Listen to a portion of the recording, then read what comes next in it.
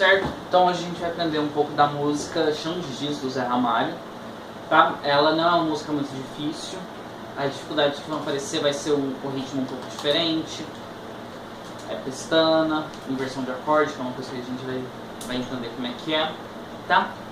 Então, primeiro de tudo, essa música, a parte principal a gente vai usar bastante dedilhado. Então, o padrão de dedilhado vai ser o seguinte: a gente vai usar os dedos, digamos assim, ó, a gente vai usar todos os dedos da mão direita ou esquerda para canhotos, exceto o mindinho, tá? Normalmente a gente não vai usar o mindinho porque ele é menor, mais fraco, né? Dificulta, né? Então a gente vai usar esses outros quatro aqui. E aí é mais ou menos assim: pensa que você está indo e voltando, então eles vão em sequência, olha só. Polegar, indicador, médio, anelar, médio, indicador. Polegar, indicador, anelar, médio, indicador. Desculpa. Anelar, médio, indicador. Polegar, indicador, médio, anelar, médio, indicador. E fica repetindo, tá? Então é esse o padrão que a gente usa. Então vamos ver aqui, ó. Polegar, indicador, médio, anelar, médio, indicador. E repete. Vai ser assim a música inteira? Então, o que acontece? Quando a gente está no dedilhado, né? Sim, claro, as músicas podem ser diferentes, mas no caso, assim, em geral, a gente vai fazer o seguinte: esses três dedos aqui, eles continuam sempre igual, o padrão é sempre igual. Só que o polegar, ele vai mudar de lugar. Então, às vezes ele vai estar aqui, às vezes ele vai estar aqui, e às vezes vai estar aqui. Isso é até uma coisa legal da gente treinar para ter essa mobilidade.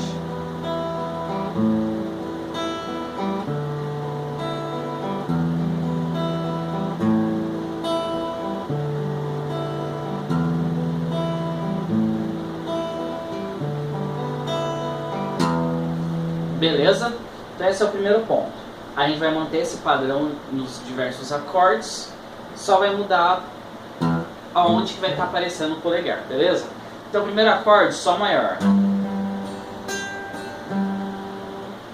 Sobe, desce. Tá? Quando a gente fala sobe, é que visualmente é o contrário, né? Mas assim, sobe, a gente quer dizer que a gente está indo do grave para o agudo. Isso é subir, né? Descer, a gente quer dizer que está indo do agudo para o grave. Visualmente é ao contrário, então isso pode ser meio confuso, né? Mas é essa a ideia, tá? Então a gente sobe, desce. Aí a gente vai fazer aqui um Ré com baixo em Fá sustenido. Ré com baixo em Fá sustenido é uma coisa diferente, que é o seguinte: o acorde é formado por três notas, tônica, terça e quinta.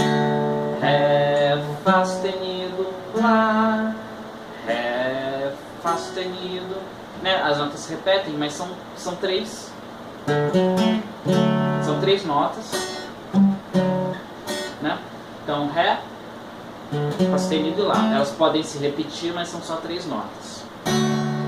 Então o que a gente faz? A gente, normalmente, o mais comum é a gente usar na nota grave a nota que dá nome ao acorde. Então Ré maior, então a nota grave é o Ré. Só que aí quando a gente faz a inversão, quer dizer que é outra nota no grave. Então se eu estou fazendo Ré maior, eu posso jogar o baixo no Lá ou no Fá sustenido. Então Ré, Lá, Fá sustenido. Então, o Ré maior, a gente vai ter essas duas opções de inversão, né? A posição normal, né, que a gente chama raiz, né? Ou ordem direta, né? A gente vai ter a primeira inversão, que vai ser a terça, então que é o casal Ré, desculpa, que é o Fá, e a segunda inversão, que é a quinta no baixo, né, no caso Lá. Mas enfim, o mais importante aqui é o seguinte: é o Ré maior com outra nota no grave. Então como que a gente vai fazer isso? Ré maior, tenta fazer o Ré maior sem usar o dedo 1. Então a gente está apertando as mesmas casas sem usar o dedo 1, olha só. Como que fica isso? Dedo 3, casa 2, 4, casa 3, dedo 2, casa 2. Tá? Mesmo som, sem o dedo 1. E aí eu jogo meu dedo 1 lá em cima, no Fá sustenido, né? Então para quem já está acostumado a entender mais ou menos as notas, então eu tenho no Ré, essa nota aqui é o meu Fá sustenido. Tá? Por que que o compositor às vezes usa a inversão? O mais comum é o seguinte, o compositor às vezes ele quer criar uma linha de baixo. Então as notas graves, elas vão fazendo um sentido, né? Então digamos assim, ó. Digamos assim, o compositor preferiu fazendo o baixo seguir nota próxima, né? Em vez de ser, né? Sol, Ré, Mi, né? Então aí o compositor achou que fazer as notas próximas, mesmo sendo o mesmo acorde, né? Só que de uma forma diferente, aí isso ia criar uma linha de baixo, né? E soaria mais legal, né? Então por isso que, digamos assim, a maior parte das vezes a inversão ela é usada para isso, para criar uma linha, digamos assim, mais contínua no baixo, né? Então, por exemplo,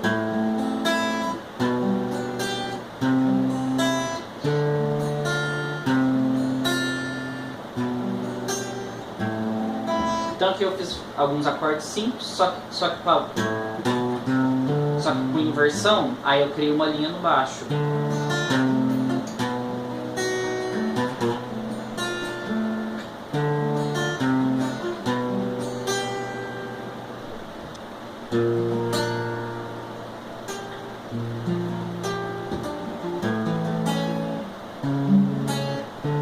Enfim. Então a gente vai ter aqui Sol, Ré com baixo em Fá sustenido, Mi menor.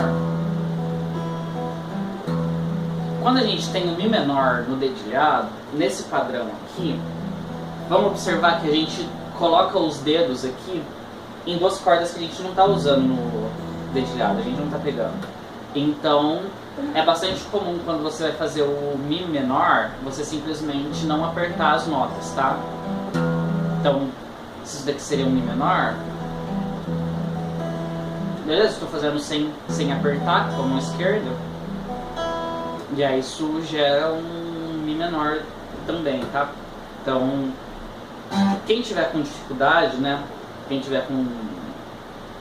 for iniciante, eu recomendo treinar os acordes de 2 em 2. Então, por exemplo, certo? Enfim, vamos ver como é que fica tudo até aqui. Então a gente vai ter 3 acordes: Sol, Ré, Mi. No caso, o Mi ele vai durar mais tempo, tá? Então, Sol, Ré com baixo Fá sustenido, Mi, 2 vezes. Beleza? Então, 1, 2.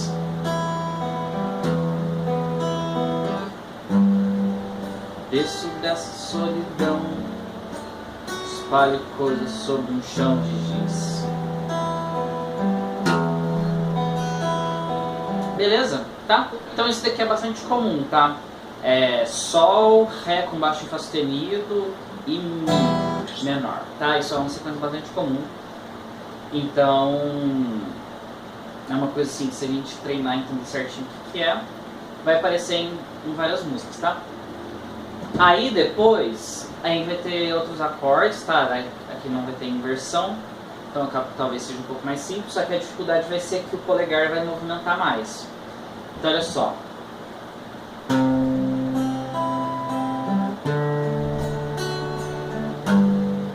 Então eu vou ter o Dó maior, eu vou jogar o Dó maior, o polegar na quinta corda. Então ele estava na sexta, né, lá em cima, desceu uma. Meros devaneios tolos. Aí o Ré, eu vou usar o polegar aqui também. Alteração de corda também. Ele vem aqui pra quarta corda. Meros devaneios tolos a me torturar. Então, Dó, Ré, Sol, tá? A meros devaneios tolos a me torturar. Tá? Dó. Dá atenção com o polegar aqui. Ré, o polegar desce. Sol, ele vai voltar lá em cima. Aí aqui eu vou ter uma variação que a gente faz para ligar um acorde no outro. Então no caso vai ser só uma subida, né? Então polegar, indicador, médio anelar. Agora aqui no grave eu vou fazer 3, 2, 0. Tá? Um erro comum é o seguinte: fazer a sequência e depois repetir o Mi, né? Tipo, digamos assim, a pessoa entende assim. Eu tenho uma sequência de 3 notas e depois o dedilhado, tá? Então, na verdade, quando a gente cai no Mi, a gente já está repetindo o padrão, tá? Então, caiu no Mi, já segue normalmente o dedilhado, tá? Então, Sol, indicador. Desculpa, polegar, indicador. Médio anelar. Agora aqui em cima, 3, 2, 0. Então já fiz o polegar, indicador, médio anelar, indicador. Beleza? Fotografias recortadas em jornais de folhas a miúde.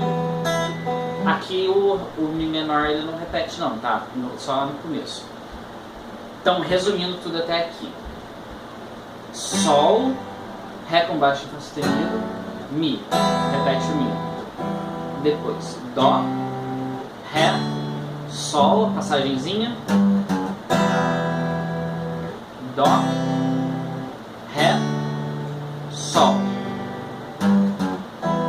Tá? Então, basicamente é isso.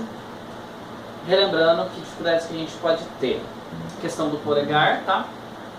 E uma coisa que surge quando a gente vai tocar dedilhado é que é o seguinte: quando a gente está tocando os acordes, acorde cheio, às vezes a gente não está ouvindo todas as notas, só que como são várias a gente não percebe. Aí quando a gente está tocando o dedilhado, a gente percebe que tem alguma coisa que não está saindo som. Percebe? Ó. Tá abafado, mas é mais difícil de perceber. Se eu faço assim, já é mais fácil de perceber. Então, na verdade, muita gente melhora, né, o som dos acordes quando treina o dedilhado, porque aí observa melhor a posição da mão esquerda, né?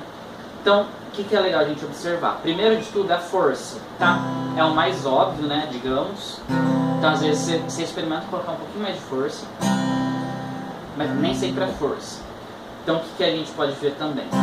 Uma coisa comum, um erro comum, é deitar demais os dedos. Então, por exemplo, acho que na posição da câmera talvez fique um pouco difícil de ver, mas, por exemplo, a parte de baixo do meu dedo 3, ele pode pegar lá embaixo, lá na primeira corda.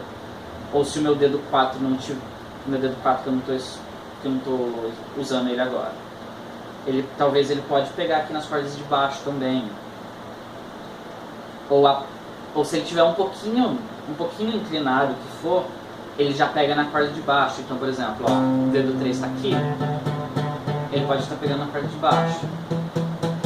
Então, a primeira coisa agora, é a segunda coisa, né? A gente deixar o dedo mais em pé, tá? Então, o dedo, pensa que o dedo ele faz um ângulo reto com a corda, tá? Outra coisa, a mão faz esse formato de concha. O dedo esticado ele dificulta muito o posicionamento, tá? Então a mão faz esse formato de concha. Polegar nem muito para cima nem muito para baixo, no meio.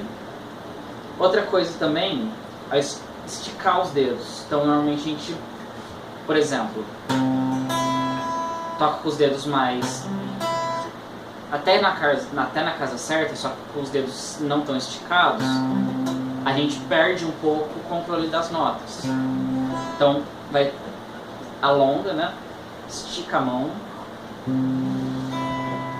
E normalmente também a gente coloca o dedo longe do traste. Isso abafa também. Então o dedo próximo do traste, tá? Importante, sempre perto do próximo traste. Então, por exemplo, se eu estou na casa 3, é perto do traste seguinte, não do anterior. Tá? Às vezes o pessoal confunde, né? Se eu chegar perto do traste anterior, aí eu já abafo. Se eu chegar perto do próximo traste, aí sai o som certo. Beleza? Então, resumindo, é isso. Vê se o som dos acordes está saindo certo, tá? Treina os padrões, as trocas de posição do polegar, tá? E se sentir dificuldade, treina os acordes de 2 em 2, tá? Definiu bem um acorde, treina com o segundo. E treina bastante esses dois, antes de seguir para o terceiro, quarto, quinto acorde, tá? E vocês vão perceber que, apesar de ser diferente, assim, apesar de ser um pouco difícil, como repete muito, a gente vai pegando o jeito, vai ficando mais fácil, tá? Então é isso. Qualquer dúvida é só perguntar. Espero que tenha ficado claro, né? Espero que tenha ficado fácil de entender. E é isso aí.